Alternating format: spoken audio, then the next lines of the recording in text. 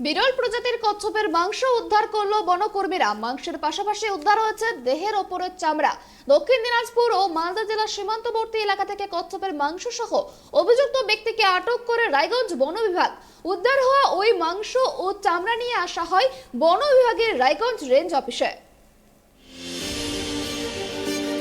বিরল প্রজাতির কচ্ছপ কেটে মাংস বিক্রির অভিযোগ। দক্ষিণ দিনাজপুর ও মালদা জেলার সীমান্তবর্তী এলাকা থেকে কচ্ছপের মাংস সহ এক ব্যক্তিকে আটক করল রায়গঞ্জ বন বিভাগ। বুধবার সন্ধ্যায় গোপন সূত্রে খবর পেয়ে দক্ষিণ দিনাজপুরের গঙ্গারামপুর থানা ও গাজল থানার সংলগ্ন ওই এলাকায় হানা দেয় রায়গঞ্জ বন বিভাগের কর্মীরা। তখনই ওই ব্যক্তিকে কচ্ছপের মাংস বিক্রি করার সময় হাতে নাতে ধরে ফেলেন বন দপ্তরের কর্মীরা।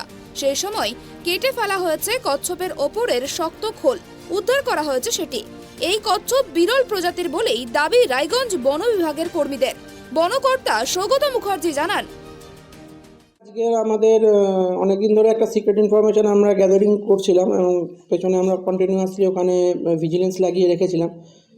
যেহেতু আপনারা হয়তো জানেন যে মানে দিনাজপুর ডিস্ট্রিক্টে মানে উত্তর বা দক্ষিণ, বিশেষ করে দক্ষিণ দিনাজপুরের দিকে এই শীতকালের দিকে একটা কচ্ছপ মানে বিক্রি হওয়া মাংস এর একটা ইলিগাল ট্রেডিং চলে।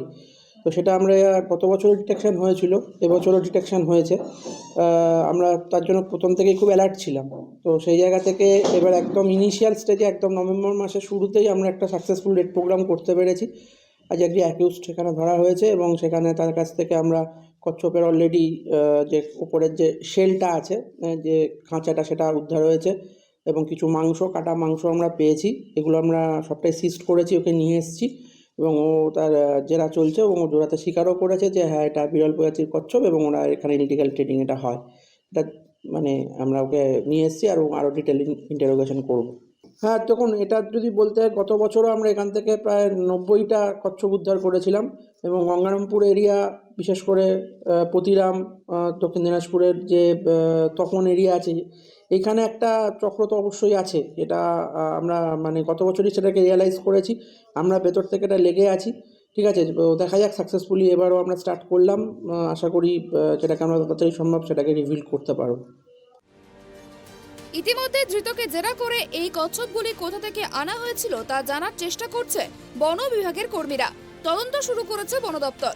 রায়গঞ্জ বন বিভাগের কর্তা জানিয়েছেন, শীতের সময় মূলত উত্তর ও দক্ষিণ দিনাজপুরে এমনকি মালদা জেলার বিভিন্ন এলাকায় কচ্ছপ পাচার ও কচ্ছপের মাংস গোপনে বিক্রি হয়। দক্ষিণ দিনাজপুরের এক শ্রেণীর অসাধু কারবারিরা এই চোরা কারবারের সঙ্গে জড়িত থাকেন বলেই তাদের কাছে প্রায়শই খবর আসে।